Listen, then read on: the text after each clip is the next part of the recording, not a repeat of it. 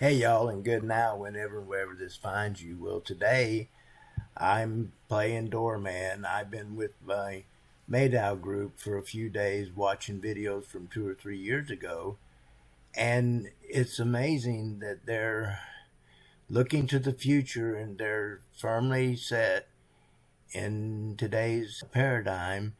And I want to build a bridge from them to the future as a doorman. So it's with them that I'll build the bridge, but Christopher here is the place that we want to end up. So let's listen to what Christopher has to say about looking forward. So I've been digging pretty hard into solar, wind, and batteries lately, and I think I'm focusing on it because it's so important to the future of humanity. And I'm not talking about any one reason alone. This is beyond any activism argument, because when you focus on the next paradigm, which involves overcapacity, zero marginal cost, abundant energy, and unlocking multiple abundances by converging free and abundant energy with something else. It's a pretty powerful thought. There's no shortage of ideas, and even building a prototype is easy, but it's scaling.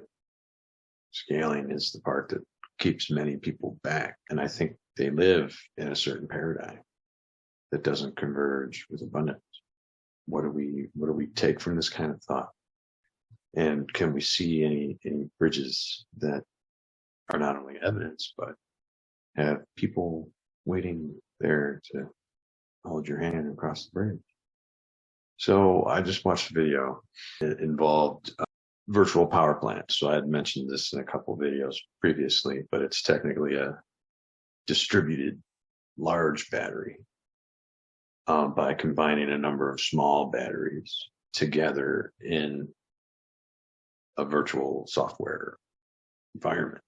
Tesla in California, the state of California, are creating incentives to create the biggest virtual battery in the world in California. But some data has come out because there's some pretty impressive things going on. So we were talking about grid scale batteries, that can produce 2, 3, 4 megawatt hours. But when you can combine a million small ones, we're talking that'd probably be 1.4 gigawatt hours, which is needed because you can tap it, or the way Tesla does it is Tesla is the middleman between the battery and utility. So then Tesla pays the customer for their electricity, and then Tesla sells it to the grid or to the utility for that peak rate, but cheaper than what the peaker plants would charge them. It's like not a lot of people are catching on to this. And just so the video I watched showed 300 kilowatt hours were purchased by Tesla from one individual in 2022. This is just one anecdote. There's thousands of these. He or she was paid over $500 for the 300 kilowatts. I can't remember the specific amount, but it wasn't $2 per kilowatt, but it was over 1.5 for sure. That's evidence to how much utilities are charging from these top peaker plants, because that business model wouldn't make sense if there were losses somewhere. So we do know the government's involved, but that's with the purchase of the batteries, not the energy transactions. So it's just hardcore evidence that the state subsidizes peaker plant energy transactions. And that is not okay with me, because that's the opposite of abundance. It looks like abundance, but what it is an agreement to make sure the peak is handled, but at an extreme cost. So it's not abundance. It's just making sure the brownouts. When we talk about abundance, it's overcapacity. So if we're seeing evidence of people able to participate in virtual power plants and make that kind of money over a year just from this one use of their multi-use system, this will accelerate payouts. And I know TC and I are very passionate about that. And we have plans. So now we're starting to see competition coming in the battery sector, in the energy storage piece specifically, which is great. Warren Buffett owns NV Energy in Nevada. He also owns 10% of BYD, which is an electric vehicle manufacturer out in China, and they're spreading across the world. But BYD is the only company out there that has positive profit margins on the sale of electric vehicles other than Tesla. Every other company is selling at a loss. People need to realize that. And then when Tesla just cut their prices because they wanted to fit within the incentive scheme that the government created before they switched it to benefit them. But Tesla's dropped all their prices so that you, me, everyone that wants a Tesla would be eligible for that $7,500 credit if all the materials come from approved countries and it's manufactured in North America. So there's stipulations. But what happened then is an inadvertent price war started amongst all automobile companies. Just not just EV companies, but all companies. Because they know exactly what's happening now. And any company that is not producing EVs at a profitable rate will accelerate their losses. But at the same time, when they produce EVs, it cannibalizes their internal combustion engine business. So they're doubling their losses. And you have to put it together that there's going to be a lot of consolidation, mergers and acquisitions, and bankruptcies. The only other option is bailout by the governments. And Japan's first, because Toyota is Honda screwed. You know, they're just too late to the game. So these partnerships that they're forming now will probably become mergers in the future.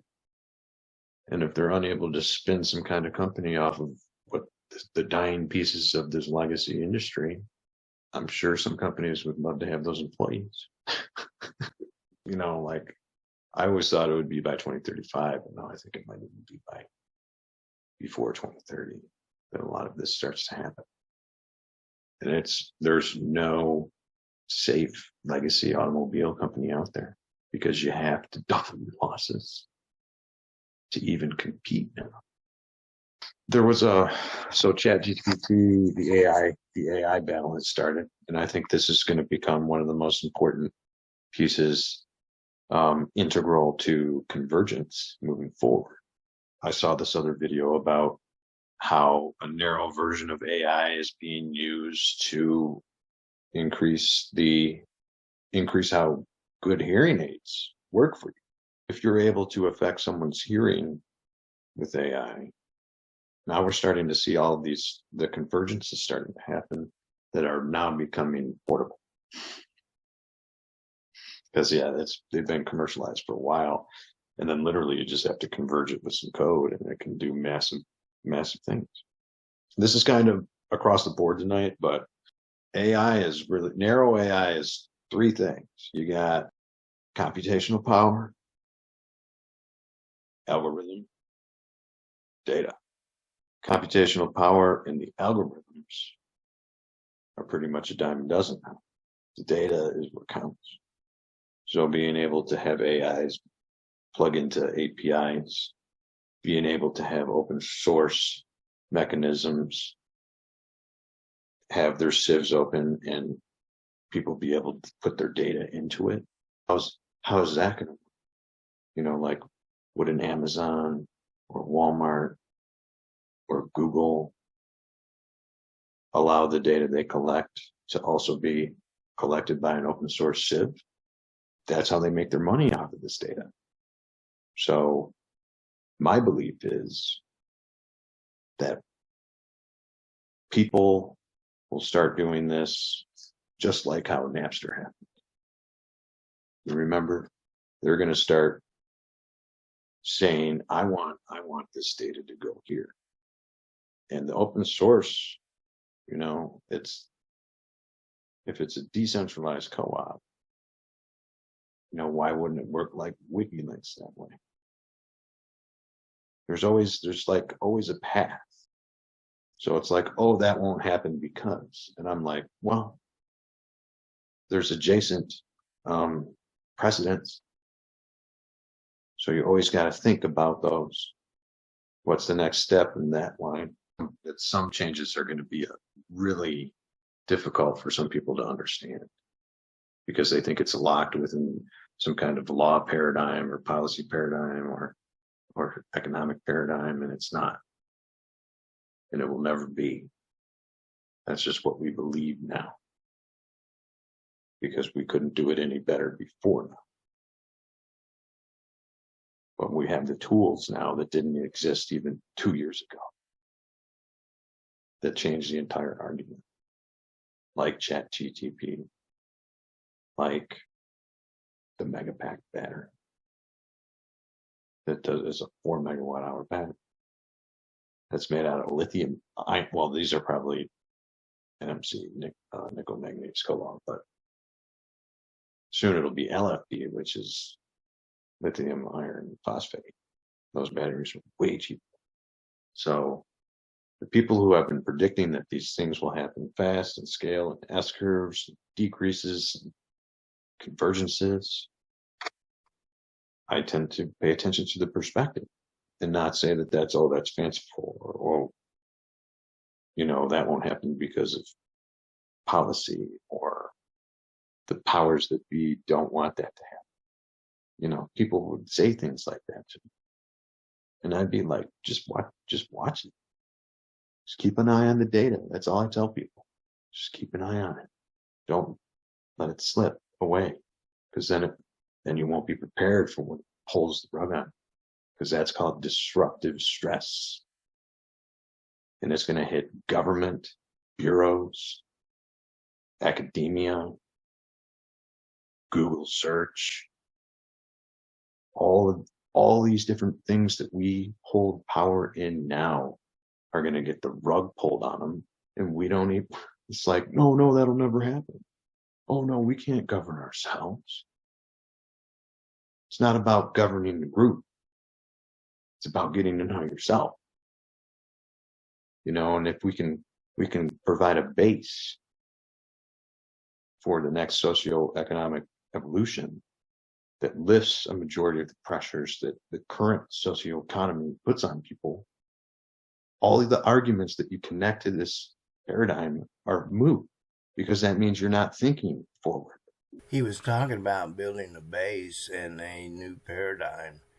And I believe that the DAO, the Decentralized Autonomous Organization, is the new way of organizing our society and moving away from the representative government of top-down bureaucracy and have a bottom-up individual empowerment of shared ideas and abilities working together to move in the direction of agreement. So I hope that in my encounters with the group, I came back because I wanted to learn how to make a DAO. And it turns out that Sheraton's working on it, and he's agreed to teach me what he knows. So I'm going to begin to learn how to make a DAO. So I'm so excited, and I really hope you enjoyed this, and I'll see you down the road.